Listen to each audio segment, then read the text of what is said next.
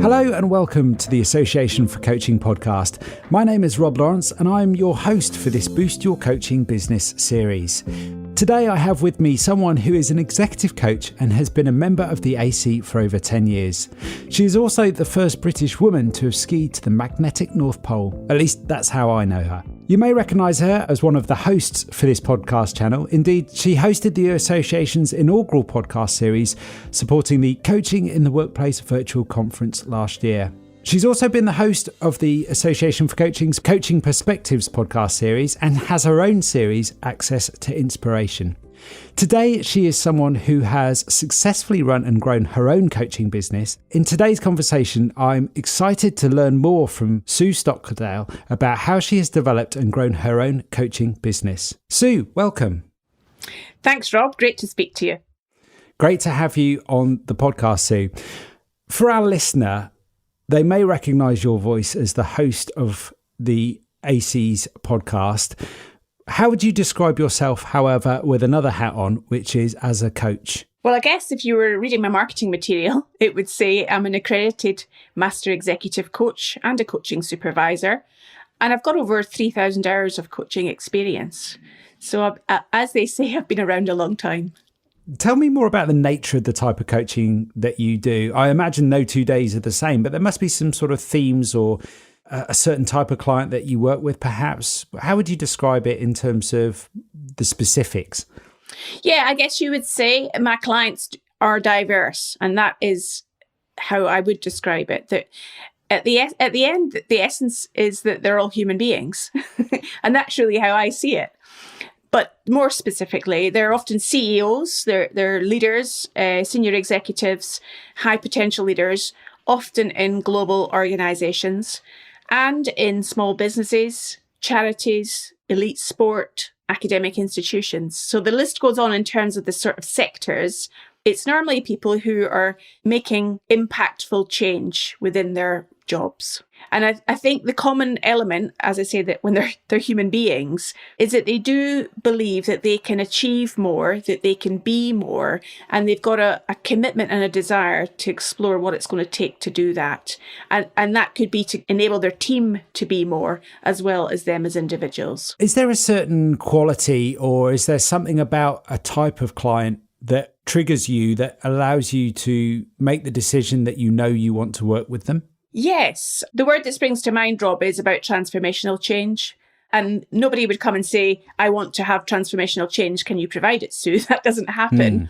But they often come and say, you know, I've now got a new job. I've been promoted. I've got to be more strategic in my role.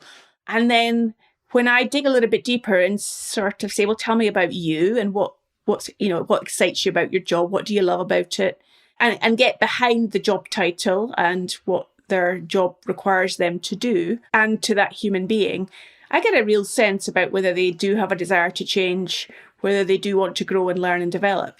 If I get that sense that they want to do it, they don't necessarily know what or how it's going to happen, and they might have a degree of trepidation about that. But in the course of our conversation, they get a sense of confidence and belief in me that together we will go on that exploration. Then that's what, to me, says, yes, I want to work with this person. I can often think about on some occasions where somebody said, well, I'm on this leadership development program and they give me a coach and I've got to have 6 sessions with you or whatever it might be. And they're coming at it with a sense of, well, I've been told to do this rather than want to do it. That's where the red flag sometimes goes up in my mind. Yeah. And I have said occasionally to people, look, I don't get the sense your heart is really in this coaching. I'm not sure I'm the right person for you. And I think it's an important characteristic that a coach has to employ occasionally is the right to say, no, this isn't for me. Yeah. So it's about selecting the right fit for you so that you can perform at your best as a coach, Sue, is what you're saying. Absolutely. Because I think there's 3 things that I really do and help people with. And you could describe them as the 3 E's: engage, explore, and enrich. So my ability to engage with people, and I know a lot of clients over the years have said that my ability to kind of listen without judgment for the deeper underlying issues, to come in with that kind of unconditional positive regard for them as a human being is really prevalent. I think exploring, and if you talked about my polar expedition background in the intro there, Rob, I think I come at a coaching relationship as an exploration and creating that safe space for both the client and myself in a way to explore what is needed to help that person to maximize their potential. And then by doing that, by helping them to gain new insights and awareness and transform that into action, then it really will enrich their leadership and their capability to be effective in their organizations. And that in turn is about impactful, sustainable change. And that's really what I'm all about. Yeah, impactful, sustainable change. I love that. So let's come back to that, because I'm interested to learn a little bit more about your backstory from a coaching perspective there and how you first encountered coaching. You're clearly somebody, having been the first British woman to ski to the magnetic North Pole, clearly somebody who meets their ambitions. I'm curious to know, how did you first experience coaching and how did you then know that coaching was something that you wanted to pursue? I came at it through two routes, Rob. The first route was as a recipient of coaching. It might these days be called more instruction than coaching, because I competed competitively in athletics and I had a coach. And I used to go and show up at the track and the coach would be there telling me what to do and observing what I was doing and giving me feedback and telling me how fast or slow I was running and asking me questions about what I would do differently. So there was a bit of instruction and there was a bit about enabling and inspiring me.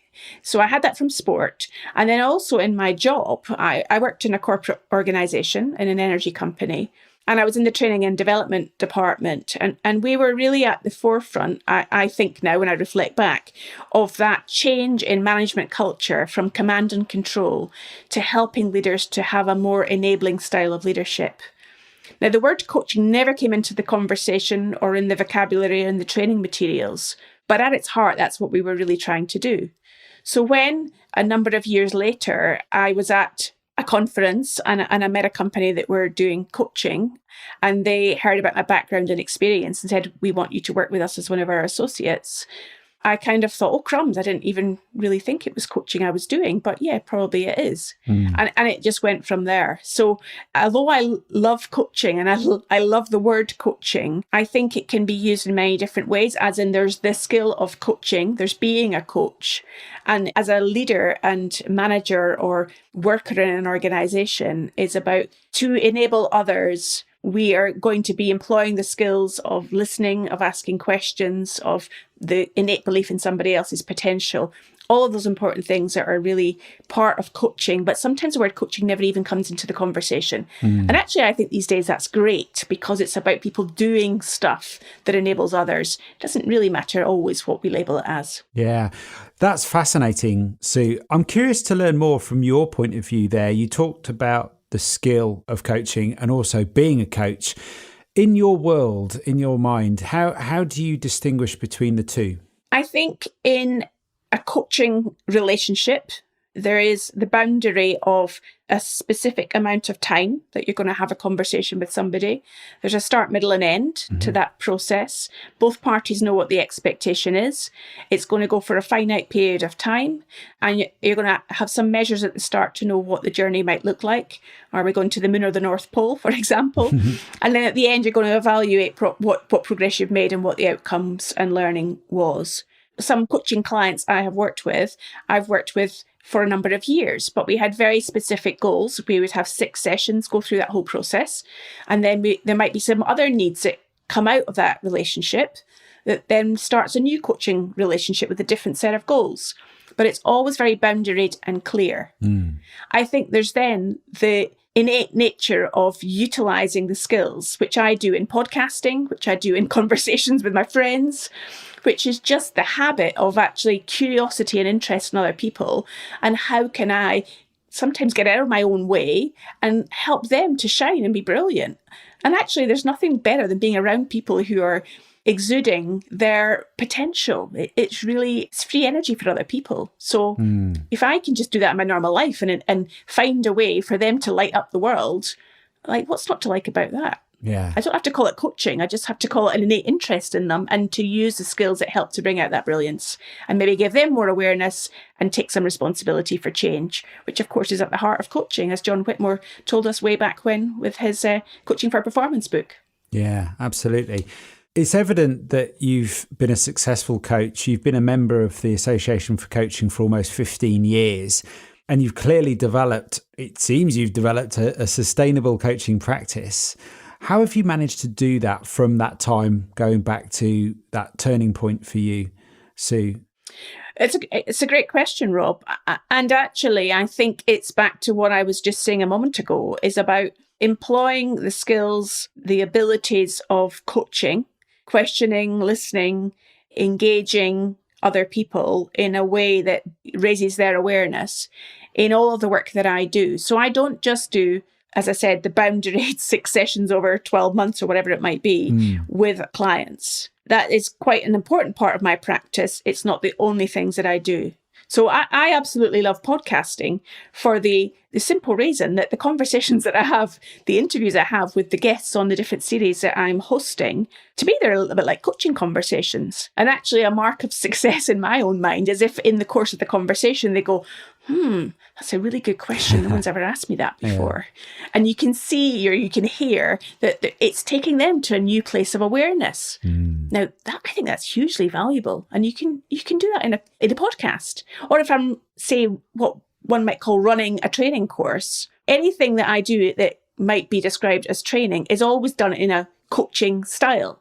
It's about drawing the learning out of the people that are there. It's getting them to think about and review and reflect on their experience that they can share with other people. And yes, there might be some new input to add to it, but a lot of it is about drawing on people's innate experience already and just bringing that, allowing that to come to the surface. To me, I don't categorize myself as in, oh, I'm coaching today, I'm not coaching tomorrow.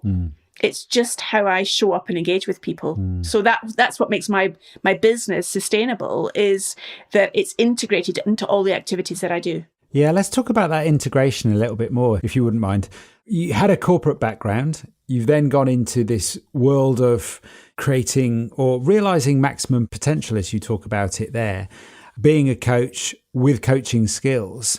How have you practically been able to do that and grow that? What's sort of been some of the secret sauce behind what Sue does in terms of perhaps the more practical business side of it? I think one thing is about knowing my worth and being clear about the value that I add to those that I work with.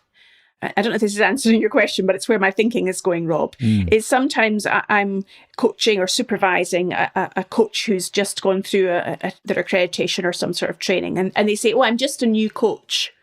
And I therefore I won't have to charge very much. I can't charge very much because I'm just a new coach. And I say, hang on a minute, where's your life experience that brought you to this point already?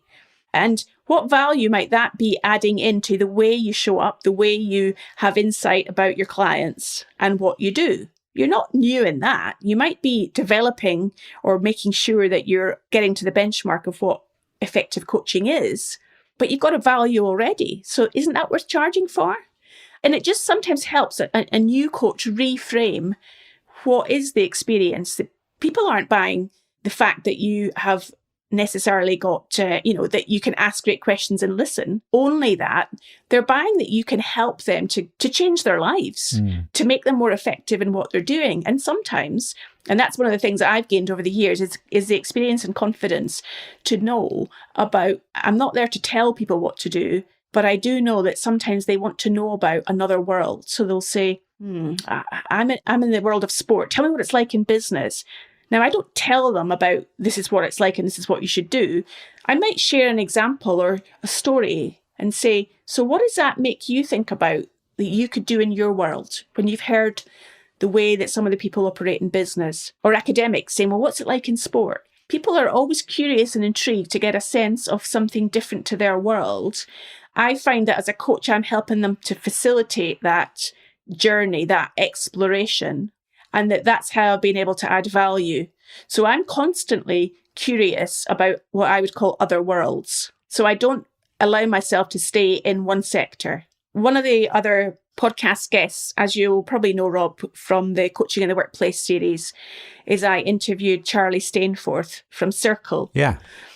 And he talked about a lot of the benefit of the work that they're doing is helping people to engage with coaching clients that might be unlike them. So they're engaging with young people, older people, perhaps they're engaging with younger people. They may be having an opportunity to coach people from a different diverse background and so on. It's helping people to expand their range of experiences, because sometimes it is quite easy to work in our familiar sector. If we're in marketing, we coach people in marketing, and we don't think we can coach people in another sector. What I've found is that by learning about and being curious about lots of different worlds and different geographies, it expands my range of insight that hopefully adds value to clients. So, for example, I worked with a charity. So that was at no fee. So I did coaching on a pro bono basis, and I gained some contacts in Africa, in different countries in Africa. And then I followed up with those people, those relationships, just in terms of connection, continued on. And then the next minute is that then some other activity then happens in Africa or in a country in Africa. And it doesn't then feel scary for me because I've worked with somebody from that country before. So I always think it's a little bit like being able to step out your comfort zone just a little bit, try something new. I've heard other contacts of mine say, oh yeah, but that doesn't pay a good enough fee, or it doesn't pay any fee. I'm not going to do it. I've structured my business so I have some clients that pay market rate, that are paying a decent quality fee, shall we say. Others that are charging a little bit less because it's a different type of sector or different type of mode of communication. It might be virtual as opposed to face-to-face, or shorter rather than longer sessions. And then there's some pro bono work. And all of that richness, that cornucopia, enables me to have a viable business. So I don't just limit myself to one sector. And that diversity has enabled me to be surviving in COVID times, because while one sector's down or one country's down, other ones are up. They talk about having a portfolio in terms of managing your finances. I have a portfolio in terms of managing the types of clients I work with in my coaching business. That's fascinating to hear there. So what I heard there was a lot of cross-pollination in terms of ideas and experience, blending different worlds together and making sure that as a coach, we are exposing ourselves broadly, I suppose, to different experiences.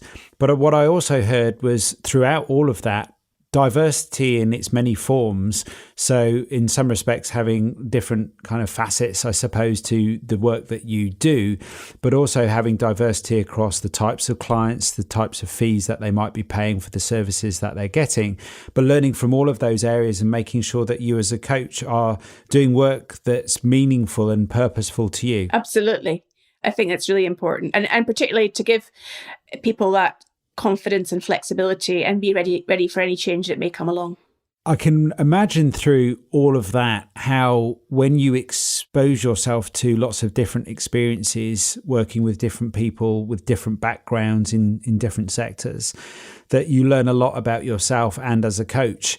I'm curious, is there anything else that you also do to make sure that you are always sharpening the saw, so to speak, continuously improving your game as a coach, Sue? Oh, absolutely. And I think, number one from a coaching perspective is supervision. Not only do I gain the benefit of supervision myself with working with my coaching supervisor, actually, I learn a lot being a coaching supervisor and helping other coaches to improve. So it isn't just a one-way process. Both parties are really benefiting. I love that opportunity to keep improving in a coaching perspective. And then I'm also just participating in all different sort of learning opportunities. I'm a member of also a kind of peer group learning activity. Learning and continual improvement are endemic in my DNA somewhere. I might describe it as having an inquiry-led approach to life and continually utilising that curiosity to find out what I and other people are capable of. Yeah.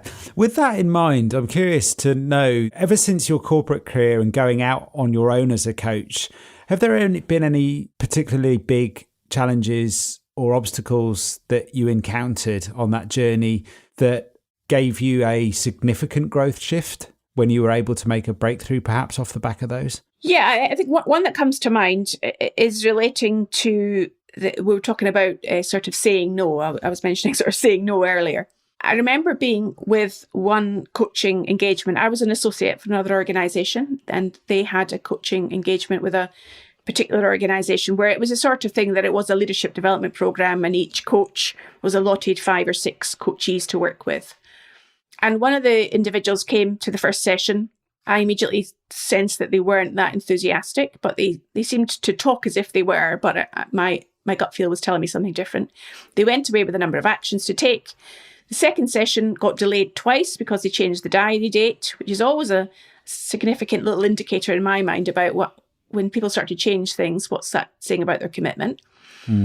Anyway, second session starts, the person hadn't done their actions and they didn't look that enthusiastic. So at the back of my mind, I was thinking, I'm representing an organisation here, so it's not my direct client. So I want to do a good job and be professional. But this person doesn't really want to be there. And I'm not going to be delivering my best work if I don't add value. And then in my commercial hat, I thought, well, if I say that I don't want to do this or we stop, then I'm going to lose revenue. And the money's always useful. So all of this stuff was going on in my head. And I just felt, I've got to be true to myself here. And I just said, it doesn't seem like your heart's not really in this. I'm not sure. If we're not going to get value from it, then I just kind of question, why are we doing it? And the coachee said, well, it's part of the program. It's the leadership development program. We've got to do it. And I said, well, do we have to? I said, doesn't seem sensible. If you don't want to do it and be here and I don't think I'm adding value, then why are we doing it? And I said, well, let's just see if we can, let's just stop doing it. And they said, are we allowed to do that? And I went, well, I don't see why not. I said, let's go and explore that and find out. So I said, look, it's been an enjoyable conversation. Let's end it here. So off we went our separate ways. And I went back to my client and said, look, this is the situation. All the little voice in my head was saying, but Sue, you're going to lose money. You're going to lose a client. And I said, just trust yourself, Sue. What happened in the end was that the organisation said, well, we're really grateful that you've said that to us, Sue, because there is no, why are we spending money if somebody doesn't want to be there? And actually, that's going to free you up now to have space to take on somebody else, isn't it? And I said, absolutely, yes. So out of what could have seemed a disaster, I learned to really trust my inner voice and to, when something feels uncomfortable for me, that's very much an indicator that probably I need to go and face that uncomfortableness by exploring it or saying, I've got this gut feel about something, what's happening? And every single time since then, that gut feel has served me well. And it's enabled not only me to grow as a coach, to push through that discomfort and to learn more about what I can do. 100% of the time, the coachee has gained value from it as well.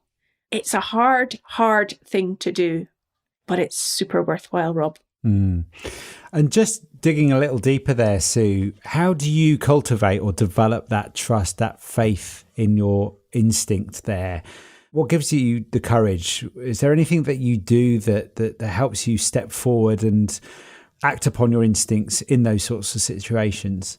Well, I'm marking my own homework, so to speak. I'm writing my own report card for my success in life. And if I can't sleep at night and think, do you know what? If I'm inspiring other people to maximize their potential, to step out their comfort zone, what am I doing in relation to that? And if I can't hand on heart say I'm doing that, I'm not being true to myself, and I'm certainly not being a good role model for anybody else. So that's absolutely why I do it. That's great, Sue. I know there's going to be a number of coaches listening to this, or a number of people listening to this, that are thinking about going into coaching and potentially growing and boosting their own coaching business, but they may be at that really early stage now where they're exploring it. Reflecting on all of your experience, have you got any guidance or resources or thoughts that you would share with somebody in that situation right now in terms of where to start, maybe getting on that coaching journey? They might like what they've heard today, Sue, with your experience. Well, there are masses of opportunities out there, Rob, for pro bono coaching practice. And you've got to start somewhere. So I would really encourage people that have got an interest in developing their coaching skills is to approach some of those organizations. Often they're charities or not-for-profit organizations that might need a little bit of coaching support for some of the people they engage with.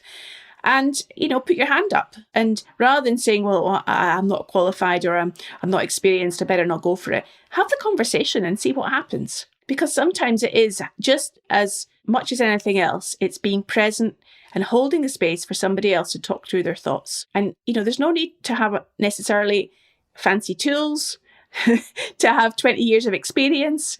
There's show up and be a human being for somebody else. Be present with them and engage. Believe in their potential and trust that they've got their own answers inside of them. And that's how you learn and begin to start. Now, you don't even have to do that with a not-for-profit organisation and practice in that way. Do it with your own family. Just see what happens when you ask a different type of question and then shut your mouth and listen to the answer. And that's how you can develop practice, but then take time to reflect on it. Notice what you're doing that's working well. And if there's things that aren't working well, think about, well, what can I do differently? All of that is really useful experience. And in my mind, comes under the category of coaching practice. That's great, Sue. So we've talked about sort of continual improvement, trusting yourself, diversity, and also actually just coaching, just going out there, having a conversation. And also what I was hearing there, Sue, is the importance of the reflective elements, the reflective practice in coaching for you to grow as a coach and to boost your coaching business in that way.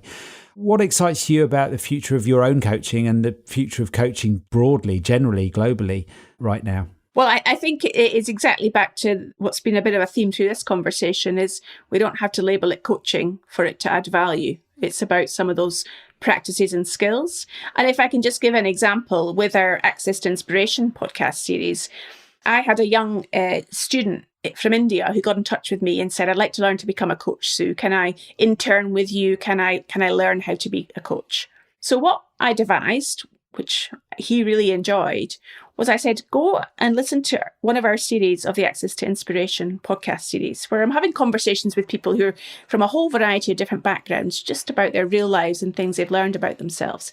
I said, I'd like you to listen to those podcasts, and I'd like you to reflect on what do you think is really motivating and driving these people, and what do you think is their kind of underlying purpose in life, if you think they have one. And he came back and he said, wow, he said, nobody ever teaches you how to listen. He said, and I'm now listening. I've listened to these podcasts and I've learned so much because I'm listening with fresh ears. I'm listening about what's really going on for them. I'm not coming with my own agenda. I'm putting myself into their shoes and I'm listening. And he came back with some amazing analysis and insight from his listening experience. He said, and I've now taken that to be having different conversations with my friends and my family. Now, there's a 21-year-old that has got that really valuable insight from listening to a bunch of podcasts. And maybe the listeners to this AC podcast channel could do the same things, is to take a bunch of the podcasts and to listen to them with fresh ears and think, well, what questions might I ask if I was interviewing that person? What do I think is really going on for them? And that is really useful in practice. So therefore, that's where I think the world of coaching is going. It's getting integrated into all different parts of our existence, which is hugely exciting. Yeah, absolutely true. Thanks, Sue. So with that in mind, what are you working on at the moment? You mentioned your podcast series there. Where can folks find out more about what you do, Sue, and how to connect with you? Well, I'm working on a book and and it's a book about me. And that's a challenge in its own right, because for so many years, I'm been focusing and engaging with other people in their stories. And now I feel it's time to tell mine and go through that experience of all of the different bits of my existence to date, expeditions, adventures, business, coaching. What do I learn from it all? And maybe what are some of the insights that I can share with other people about my life's experience? So that's going to be my next journey, or the journey I'm working on just now over the next few months, in addition to my other activities. And for people that want to find out more and maybe see when that book comes into publication, just go to the website, suestockdale.com. Fabulous. Well, thank you so much for your time today, Sue. Thank you, Rob. It's been great to speak to you and hopefully share some of the insights that I've had as a coach over the years.